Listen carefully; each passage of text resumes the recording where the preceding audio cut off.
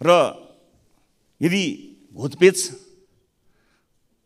र ज्ञान बाँड्ने थलो बनाउने हो भने एकपटक सुरुवात आफ्नै दलबाट गर्दा पनि सजिलो हुन्छ होला, आफ्नै दलतिर फर्केर हेर्दा पनि हुन्छ होला। यदि नयाँ दलतिर हेर्न खोजेको हो भने नयाँ दल त 72 घण्टा छुट्याएर कारबाही गर्ने दल हो। देश अगाडि बढ्ने होइन, बरु कैयौं सन्दर्भमा पछाडि सरिराखेको अवस्था छ। अगाडि त कहाँ मात्रै बढेको छ, भ्रष्टाचार र लुटमा मात्रै अगाडि बढेको छ। अहिले भ्रष्टाचार कहाँ कहाँ छ भनेर खोज्ने होइन कि भ्रष्टाचार चाहिँ कहाँ चाहिँ छैन त्यसरी हेर्नुपर्ने अवस्था देशमा विद्यमान छ। भ्रष्टाचारका फाइलहरू खुल्छन् त्यतिखेर र अन्य विभिन्न विषयमा चाहिँ ठुला दलका सर्वदलीय बैठकहरू बस्ने गरेको छन्।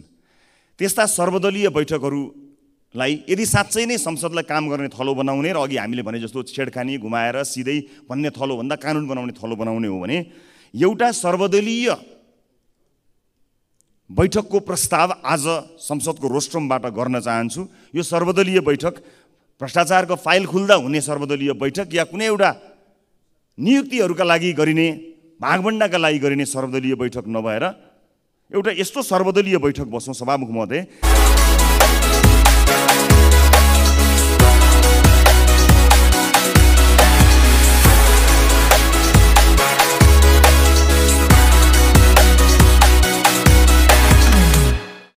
रवि लामिछानेलाई बोल्न समय दिन्छु। समय 9 मिनेट।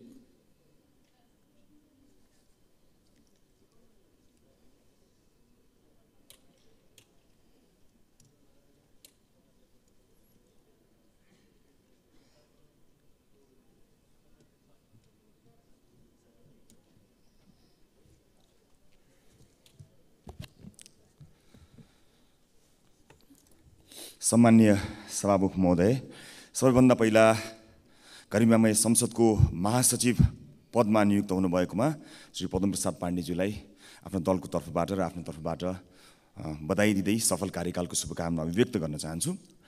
सम्मानित सभामुख महोदय, विशेष गरेर सत्तारूढ दलका नेताहरूको कुरा सुनियो। कुरा सुन्दा थाहा नभएको केही पनि पाइएन, सबै थाहा रहेछ। कहाँ व्यथिति भएको छ, कहाँ विसङ्गति भएको छ, कहाँ सुधार गर्नुपर्ने रहेछ, के गर्यो भने उपलब्धि हासिल गर्नुपर्ने रहेछ, सबै थाहा भएको रहेछ। मेरो प्रश्न नगरेको चाहिँ किन? जब सबै थाहा रहेछ, इतिवृत्ति थाहा रहेछ भने नगरेको किन, रोकेको कसले? हामी नयाँ दलले कि नयाँ दलले यो कुरा रोकेको हो त? यदि नयाँ दलले रोकेको हो भने कहाँनिर रोक्यो त्यो पनि जानकारी पाउन पाए सजिलो हुन्थ्यो। त्यसैले म वर्षौँदेखि चलिआएको संसदलाई आरोप प्रत्यारोप छेडखानी घोच्ने पेच्ने ठाउँ बनाउनुभन्दा अलि फरक ढङ्गले जाउँ भन्ने प्रस्तावसहित आज यहाँ उपस्थित हुन लागेको छु सभामुख महोदय। र यदि भूतपेच र ज्ञान बाँड्ने थलो बनाउने हो भने एकपटक सुरुवात आफ्नै दलबाट गर्दा पनि सजिलो हुन्छ होला, आफ्नै दलतिर फर्केर हेर्दा पनि हुन्छ होला। यदि नयाँ दलतिर हेर्न खोजेको हो भने नयाँ दल त 72 घण्टा छुट्याएर कारबाही गर्ने दल हो। पुराना दलहरूले आफ्ना दलभित्र एकपटक निया चियाएर हेर्ने हो कि जहाँ अदालतले फैसला गरेका मानिसहरू अझै पनि दलमा पदाधिकारीका रूपमा रहन्छन् त्यहाँ एकपटक हेर्ने हो कि विश्वविद्यालयलाई राजनीतिबाट मुक्त गर्छु भनेर भनिएको भाषणलाई कार्यरूप दिनका लागि विश्वविद्यालयहरूमा भातृ सङ्गठन नराख्ने विषयलाई निर्णयमा लिएर जाने निर्णय गरेर काम अगाडि बढाउने हो कि र सरकारी जग्गा किर्ते गर्ने मान्छेहरू आफ्नै दलका वरिपरि छन् कि पहिला पार्टीगत रूपमा तिनलाई कारबाही गर्ने गरेर सुशासनको नयाँ कदम र उदाहरण दिने हो कि नागरिकता किर्ते गर्नेहरूलाई कारबाहीको दायरामा ल्याउने हो कि सहकारीका ठगहरूलाई कारबाहीको दायरामा ल्याउने हो कि सरकारमै भएको जस्तो लाग्छ। लामो समय सरकारै नछोडेको जस्तो पनि लाग्छ। राजनीतिमा भएको र सदनमा भएको पनि वर्षौँ बिते जस्तो लाग्छ। रोकेछ चाहिँ केले? नयाँ दलहरूले, नयाँ मान्छेहरूले। हामी तयार छौँ, खुला हृदय लिएर तयार छौँ। म यति कुरा बताउन चाहन्छु। यो त्यति मात्र होइन, सुरुवात गर्दा एकै कार्यकाल चुनाव हारेका मान्छेहरूलाई त्यसै कार्यकालमा फेरि अर्को बाटोबाट राष्ट्रिय सभामा लैजाने चिजको अगुवाई गरेको पनि देख्छु। अधिकार प्राप्त निकायले बयान लिनका लागि बोलाएको भन्ने सुन्छु, जानका लागि साधन नभएको भए सम्पर्क गर्दा पुर्याइदिन्थ्यौँ, त्यहाँ पनि नपुर्याएको पनि देख्छु। अनि सदनबाट सुशासनको कुरा, छेडखानीका कुराहरू अब नगरौँ। यो गरिरहँदा लामो श्रृङ्खला चल्छ, त्यस कारणले नगरौँ। मिडिया मेटेरियल बन्ने कि ल मेकर बन्ने यहाँहरूको छुट। हामी ल मेकर बन्नका लागि उपस्थित भएका छौँ। 180 दिन सदन चल्दा अधिवेशनले एक मात्र चाहिँ यो विधेयक पास गर्यो र संविधान कार्यान्वयनका लागि तत्काल 40 भन्दा बढी कानुन आवश्यकता पर्दाखेरि पनि हामीले अस्तिबाट यो सुरुवात गरेका छौँ र दोस्रो अधिवेशनका केही कमी कमजोरीहरूलाई सच्याएर अब यो सदनलाई अलिकति उत्तरदायित्व सहित अगाडि बढाउने प्रतिबद्धताका साथ हामी आएको हुनाले यसपटक संसदले क्यालेन्डर लागू गरेको छ। क्यालेन्डरले विगतमा जस्तो कुनै लहरमा या कुनै कारणले संसद प्रभावित हुने प्रवृत्तिलाई पनि न्यूनीकरण गर्नेछ भन्ने मैले विश्वास लिएको छु र निर्धारित दिनको जिम्मेवारी त्यही दिन पुरा गर्नका लागि पनि बाध्य बनाउनेछ। र ढिलै भए पनि संसदले आफ्नो क्यालेन्डर बनाएकोमा निरन्तर वकालत गर्दै आएको हामी रासोपा खुसी छौँ। कम्तीमा पनि अलिकति क्रेडिट दिनुभए हुन्छ, नसिकाउनु होला, अलिकति नयाँबाट सिक्नु पनि होला। अब संसदलाई बिजनेस दिनका लागि सरकार असफल भएको कुरा यहाँ उठिसकेको छ, त्यस कारणले म त्यसमा धेरै जान्न, मेरो समय पनि कम छ। र त्यस्तो अवस्थामा सरकारले बिजनेस नदिँदाको अवस्थामा सांसदहरूले दर्ता गराएका सङ्कल्प र जरुरी सार्वजनिक महत्त्वका प्रस्ताव कार्यसूचीमै नचढाउने जुन प्रवृत्ति छ त्यसलाई चाहिँ नागरिकसँग प्रत्यक्ष जोडिने अनेकौँ यस्ता प्रस्ताव दर्तामै सीमित गराउने यो गलत अभ्यास, विशेष गरेर संसद चाहिँ जनप्रतिनिधिको एउटा सच्चा थलो भएको हुनाले त्यसमा अलिकति जोड दिनुपर्ने कुरामा सभामुख महोदयको ध्यान आकर्षण गर्न चाहन्छु। र संसदमा विभिन्न प्रतिनिधित्व गर्ने दलहरू र शीर्ष नेतृत्वको पनि ध्यान आकर्षण म गर्न चाहन्छु। त्यसै गरी बहुमतको बलमा विपक्षीले राखेका जनमैत्री संशोधन पनि फेल गराउने जुन प्रवृत्ति छ त्यसलाई पनि अन्त्य गर्न यसपालिको अधिवेशन सफल होस् भन्ने कामना गर्न चाहन्छु। र बहुमतले सरकार बनाउनु र कानुन बनाउनुको अन्तरमा हामी गम्भीर रूपमा समीक्षा गर्न सक्छौँ र त्यस्तो हुने प्रतिबद्धता व्यक्त गर्छौँ होला भन्ने आशा र अपेक्षा पनि म यहाँ अभिव्यक्त गर्न चाहन्छु। सभामुख महोदय, मैले धेरै कुरा गर्न खोजेको थिएँ तर समयको पाबन्दी छ। यो विशेष गरेर जब भ्रष्टाचारका फाइलहरू खुल्छन् त्यतिखेर र अन्य विभिन्न विषयमा चाहिँ ठुला दलका सर्वदलीय बैठकहरू बस्ने गरेको छन्। त्यस्ता सर्वदलीय बैठकहरू यदि साँच्चै नै संसदलाई काम गर्ने थलो बनाउने र अघि हामीले भने जस्तो छेडखानी घुमाएर सिधै भन्ने थलो भन्दा कानुन बनाउने थलो बनाउने हो भने एउटा सर्वदलीय बैठकको प्रस्ताव आज संसदको रोस्ट्रमबाट गर्न चाहन्छु। यो सर्वदलीय बैठक भ्रष्टाचारको फाइल खुल्दा हुने सर्वदलीय बैठक या कुनै एउटा नियुक्तिहरूका लागि गरिने, भागभण्डाका लागि गरिने सर्वदलीय बैठक नभएर एउटा यस्तो सर्वदलीय बैठक बसौँ सभामुख महोदय जहाँ त्यो बैठक बुढालिल कण्ठको आलिसान बैठक कोठामा होइन, खुमलटारको घरबेटीको घरमा पनि होइन, बालकोटको बारदलीमा पनि होइन र बालुवाटारको वातानुकूलित विलासी सरकारी बैठकमा होइन, दलित मुसहर बस्तीमा एउटा सर्वदलीय बैठक गरौँ जसमा 5 वटा महत्त्वपूर्ण विषय सर्वदलीय निर्णयबाट पास गरौँ र सदनमा आउँ भन्ने प्रस्ताव राख्न चाहन्छु। ती 5 वटा विषय, पहिलो आर्थिक शिथिलता र आम नैराश्यता र युवा पलायनका लागि युवा केन्द्रित प्रोजेक्ट होप नामक अभियान सुरु गरौँ जसमा मौद्रिक र वित्तीय नीतिका आधारमा समझदारी कायम गरौँ, अर्थात् कर्जाको स्वरूप र विस्तारबारे, करका दर र कर छलीको प्रकोप रोक्नबारे, आन्तरिक र बाह्य लगानी प्रवर्धन गर्ने बारे, नयाँ संरचनात्मक सुधारहरूबारे साझा मत बनाउन सकिन्छ कि सकिँदैन यसबारे सर्वदलीय बैठक गरौँ। सहकारी र लघुवित्त संस्थाहरूको कडा नियमन र पीडितहरूको रकम फिर्ता गर्न, सम्पत्ति रोक्का र जफत प्रक्रिया तुरुन्तै सुरु गर्न, कानुनी र प्रशासकीय तदारुकता देखाउन सक्छौँ कि सक्दैनौँ त्यही बैठकबाट पारित गरौँ र सदनमा लिएर आउँ। सर्वदलीय त्यस्तो बैठक गरौँ। मेरो दोस्रो मुद्दा सुशासन र भ्रष्टाचार नियन्त्रणका लागि 2048 सालपछि नेपाल सरकारलाई प्राप्त सबै जनप्रतिनिधिको सम्पत्ति विवरण सार्वजनिक गरौँ, प्रेसले हेरोस्, जनताले बुझुन् अनि सम्बन्धित निकायले छानबिन गरून्। यस्तो अभूतपूर्व पारदर्शिता देखाउन सकियो भने मात्रै सुशासन हाम्रो अभिव्यक्ति होइन साँच्चै नै विश्वसनीयता बन्न सक्छ। यो दोस्रो बुँदामा सर्वदलीय बैठक गरौँ। तेस्रो बुँदा रुग्ण भौतिक आयोजनाको व्यवस्थापन गरौँ। ढिलासुस्ती र भ्रष्टाचारको मुहान बनाइएका देशैभरि अलपत्र रहेका ठुला आयोजनामाथि अब हस्तक्षेप गरौँ। 2075 सालमै ल्याइएको द्रुततर निर्माण तथा विकास सम्बन्धी विधेयक पास गरौँ। सर्वदलीय बैठकमा मेरो एउटा प्रस्ताव छ। मेरो चौथो प्रस्ताव छ सर्वदलीय बैठकका लागि शिक्षा, स्वास्थ्य र सामाजिक सुरक्षाका सङ्कट समाधान गर्नको निमित्त। सिप र सिकाइको सङ्कट छ, स्वास्थ्य बिमाको अपर्याप्तता छ, कुपोषणको महामारी छ र धान्न नसकिने सामाजिक सुरक्षाको मोडलबारे शीर्ष नेताहरूले कहिल्यै छलफल भएको देखिएको छैन। हामीले सुरु गरेका छौँ यस्तो नीति मन्थन र यो श्रृङ्खलामा सहभागी हुने प्रस्ताव, म सर्वदलीय प्रस्ताव यहाँ राख्न चाहन्छु, जहाँ विश्वविद्यालयको कुलपति प्रधानमन्त्री होइन, मेरिट बेसमा क्षमतावान मान्छे आउने कुराको सुनिश्चितता गरौँ। परराष्ट्र मामिला सम्बन्धी विषयमा एउटा प्रस्ताव राख्न चाहन्छु सभामुख महोदय। यसमा के सत्ता पक्ष के विपक्ष, सत्ता टिकाउन कुनै शक्ति राष्ट्रको अवाञ्छित सद्भाव खोज्ने लिगलेगे दौड छोडी भारत, चीन, युरोपेली सङ्घ, अमेरिका जस्ता राष्ट्रहरूलाई कसरी हेर्ने, ऋण र अनुदानका कस्ता शर्त स्वीकार्ने, साझा ग्लोबल मुद्दामा कस्तो हाम्रो अडान कस्तो हुन्छ भन्ने बारे एकरूपता कायम गरौँ। जलवायु परिवर्तन, क्षेत्रीय कनेक्टिभिटी, अधिकतम विकसित राष्ट्रहरूको दर्जाबाट स्तरोन्नति हुँदै गर्दाको सङ्क्रमणकालीन सहजता, सहुलियतपूर्ण वित्त बजार, प्रविधि हस्तान्तरण जस्ता विषयमा केन्द्रित आर्थिक कूटनीतिमा क्षमता वृद्धि गर्ने विषयमा बैठकमा एकरूपता कायम गरौँ भन्ने कुराको प्रस्ताव राख्न चाहन्छु सभामुख महोदय। अन्त्यमा यस अधिवेशनमा हाम्रा पार्टीका केही प्राथमिकताहरू छन्। स्थानीय सरकारको सबलीकरण र टिआरसी, पीडित मैत्री हुने र अन्तर्राष्ट्रिय मानवाधिकारको विषयलाई मध्यनजर राख्दै हुने विषयमा रासोपा सघाउन तयार छ। त्यसैगरी सर्वव्यापी कुशासन र दण्डहीनता विरुद्ध हामी यसपटक सदनमा आवाज उठाउँछौँ। आर्थिक पुनरुत्थान तथा युवा उद्यमशीलतामा केन्द्रित नीतिगत रूपमा हामी यसपटक पहल गर्नेछौँ। सर्वाङ्गीण विकास, सामाजिक विकास, शिक्षा, स्वास्थ्य जस्ता विषयमा कुराकानी गर्नेछौँ। सभामुख महोदय, मलाई 1 मिनटको समय पाऊँ, म एउटा कुरा सकिहाल्छु।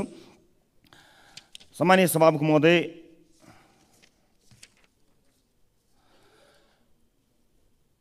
चर्चा परिचर्चा, आरोप प्रत्यारोपमा सबै व्यस्त रहँदा हामी सहकारी र लघुवित्त संस्थाहरूको समस्या समाधानको नीतिगत उपाय र योजनाको प्रतिवेदनमा व्यस्त रह्यौँ। आफूलाई लागेका आरोपहरूमध्ये त्यसमा ध्यान दिनुभन्दा त्यसको समाधानको उपायमा हामी लाग्यौँ। आज सम्माननीय प्रधानमन्त्री पनि उपस्थित हुनुहुनेछ भन्ने सुनेर त्यसलाई उहाँलाई सदनमै हस्तान्तरण गर्नको निमित्त त्यो तयारीको यो सहकारी तथा लघुवित्त वित्तीय संस्थाहरूको समस्या समाधानका नीतिगत उपाय र योजनाको प्रतिवेदन, आवाज मात्र होइन, आरोप प्रत्यारोप मात्र होइन, फुस्रा भाषण र नारा होइन, योजना सहितको यो प्रतिवेदन आजै यही सदनमा प्रधानमन्त्रीलाई हस्तान्तरण गर्ने योजना सहित आएको थिएँ। प्रधानमन्त्री उपस्थित हुनुभएको छैन। यसबाट पीडितहरूलाई राहत दिलाउनको निमित्त के गर्न सकिन्छ भन्ने कुरोको योजना गर्न सक्ने सम्पूर्ण कुराहरू राखिएको छ। सरकार यदि रासोपाको मद्दत चाहन्छ भने एक गर्दै पीडितहरूलाई राहत दिने विषयमा काम गर्नका लागि एक जिम्मेवार राजनीतिक दलका रूपमा हामी सक्षम छौँ, सबल छौँ, त्यो जिम्मेवारी प्राप्त गर्ने ल्याकत राख्दछौँ भन्ने कुरा सम्मानित सदनलाई स्पष्ट पार्दै अब प्रधानमन्त्रीज्यूलाई छुट्टै समय लिएर यो प्रतिवेदन बुझाउने कुरा सम्मानित सदनलाई जानकारी गराउँदै आफ्नो समय पनि समाप्त भएको र समयका लागि सम्मान्य सभामुखज्यूलाई धन्यवाद दिँदै बिदा चाहन्छु। नमस्कार। माननीय सदस्य श्री राजेन्द्र प्रसाद लिङ्गदेनलाई बोल्न समय दिन्छु। समय 6 मिनेट। सम्माननीय सभामुख महोदय,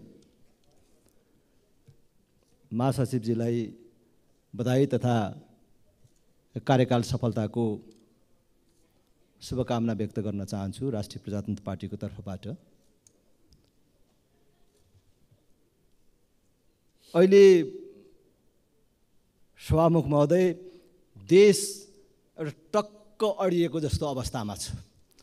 हामीले जतिसुकै सरकारको तर्फबाट सुशासनका, विकासका, प्रगतिका, प्रजातन्त्रका कुराहरू सुने पनि देश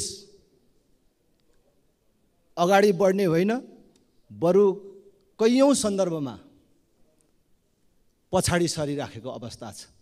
अगाडि त कहाँ मात्रै बढेको छ, भ्रष्टाचार र लुटमा मात्रै अगाडि बढेको छ। अहिले भ्रष्टाचार कहाँ कहाँ छ भनेर खोज्ने होइन कि भ्रष्टाचार चाहिँ कहाँ चाहिँ छैन त्यसरी हेर्नुपर्ने अवस्था देशमा विद्यमान छ।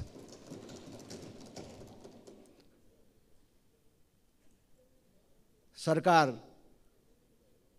ठुल्ठुला प्रगतिको कुरा गर्छ, सुशासनको कुरा गर्छ, तर अहिले यही सरकार र विगतमा समेत खास गरी हामीले देशमा राजनीतिक परिवर्तनको नाममा गणतन्त्रको नाममा जुन अहिले अभ्यास गरिराखेका छौँ, यो अभ्यासका यी वर्षहरूमा कुन सरकारको पालामा कुन क्षणमा देश लुट्ने काम भएन। अहिले हामीले सधैँ सुन्ने गरेको छ एनसिएल भन्यो भने एनसिएल नेपालको सबभन्दा ठुलो करदाता संस्था हुनुपर्ने, तर त्यसमा कसले लाभ लिएको छैन, त्यसलाई कसले प्रयोग गरेको छैन। अहिले टेरामक्स भनेर जो हामीले सुनिराखेका छौँ, टेरामक्स भनेको के हो? टेरामक्स एउटा प्रविधि भित्र्याउने, जुन प्रविधिले गर्ने थुप्रै कामहरू छन्। मलाई जुन समय छ त्यो सबै मैले यहाँ भन्ने मौका पाउँदिनँ, तर हामी सबैले र आम जनताले बुझ्नुपर्ने कुरा के हो भन्दाखेरि अहिले दूरसञ्चार सम्बन्धी सेवा प्रदायक संस्थाहरूले हामीलाई जुन सेवा दिन्छु भनेको छ त्यो गुणस्तरको सेवा दिएको छ कि छैन, र हामीले जुन सेवा प्राप्त गर्यौँ भनेर रकम तिर्छौँ त्यो बराबरको सेवा प्राप्त गरेको छौँ कि छैनौँ, र अरू कल बाइपासका कुराहरू पनि छन्। यो सम्पूर्ण हेर्ने प्रविधि हो त्यो टेरामक्स भनेको, जुन आज एनसिएलले एनटिसीले हामीलाई ग्राहकलाई जे सेवा दिने भनेको छ त्यो दिएको छ कि छैन, हामीले जुन समय प्रयोग गरेको छौँ ठ्याक्कै त्यही अनुसारको पैसा काटेको छ कि बेसी पैसा काटेको छ भन्ने कुरा थाहा पाउने यन्त्र हो त्यो। तर त्यो ल्याउने क्रममै भ्रष्टाचार भयो, त्यो प्रविधि भित्र्याउनमै भ्रष्टाचार भयो भनेर कैयौँ वर्षदेखि त्यो प्रविधि भित्र्याउनबाट रोक लगाइएको छ। यसबाट ल्याउने काममा पनि खाने अनि त्यो ल्याउन रोके बापत पनि खाने। ओहो, योभन्दा अर्को लुटतन्त्र के हुन सक्छ? तपाईँ 4 वर्षदेखि मुद्दा छिनोफानो नगर्ने, सांसद मन्त्री फरार छन् भन्ने सांसद मन्त्री फरार सूचीमा राखिदिने, विकास निर्माणका कामहरू ठप्प छन्, मन्त्री भन्ने प्रधानमन्त्री भन्ने हाम्रो सार्वजनिक खरिद ऐनले वन ऐनले विकासका कामहरू अगाडि बढाउन पाइएन भनेपछि कसले बढाउन दिएन? त्यो ऐन कसले बनाएको हो? त्यो ऐनमा आफ्नो स्वार्थ राख्नको लागि, केही मान्छेहरूको सुविधाको लागि जुन बुदाहरू राख्नुभयो, यही विकास अवरुद्ध होस्, केही मानिसहरूको मुठीमा विकास निर्माणका कामहरू हुन् भन्ने हिसाबले बनाउनु भयो। अहिले तपाईँलाई संशोधन गर्न कसले रोकेको छ? आज समग्र देशको जुन हामीले भ्रष्टाचारको र अविकसितताको बेरोजगारीको कुरा गर्छौँ, यसको जडमा हामीले अवलम्बन गरेको प्रणाली दोषी छ। त्यसैले सभामुख महोदय, अब यही निर्वाचन प्रणाली, यही नियुक्ति प्रणाली, यही ऐन निर्माण गर्ने विधिबाट हामीले अपेक्षा गरेको परिवर्तन सम्भव छैन मात्र होइन, कुनै हालतले देश अगाडि बढ्न सक्दैन। र अहिले यो कुरा राप्रपाले मात्रै होइन, यो उत्कृष्ट व्यवस्था हो भनेर ल्याउने लड्ने सबैले पनि स्वीकारिसक्नु भएको अवस्था हो। त्यसैले म आग्रह गर्छु, तपाईले परिवर्तनको नाममा जे व्यवस्था निर्माण गर्नुभयो त्यो गणतन्त्र होइन। अहिले जनताले के भन्छन्? लुटतन्त्र भयो। केही सीमित राजनीतिक दल र ती सीमित राजनीतिक दलका पनि सीमित नेताहरूको मुठीमा देश कैद भयो, उनीहरूको लागि मात्रै भयो। त्यसकारण अब देश यहीँ अडिराख्न सक्दैन, देशलाई यही अवस्थामा राखिराख्न सकिँदैन। राष्ट्रिय प्रजातन्त्र पार्टीले भन्दै आएको छ र म यो संसदमा पनि भन्न चाहन्छु, सबै दलहरूको ध्यान आकर्षण गर्न चाहन्छु, केवल सरकारको मात्र होइन, सबै माननीय सदस्यहरूको ध्यान आकर्षण गर्न चाहन्छु। राप्रपाले पछाडि फर्कने कुरा गरेको होइन, तर अब देश यहीँ बसिराख्न पनि सक्दैन। अब नयाँ सम्झौता गरेर अगाडि जाने कुरा गर्नु पर्यो। माननीय सदस्य, कसैलाई निषेध गरेर मुलुक अगाडि बढ्दैन भन्ने कुरा प्रमाणित भइसक्यो। हाम्रो अहम तुष्टिको लागि देशलाई बन्धक नबनाऊ र सबै मिलेर नयाँ सम्झौता गरेर नवीन बाटोमा देशलाई अगाडि लैजाउँ भन्ने कुरा म हार्दिक आग्रह गर्न चाहन्छु। धन्यवाद।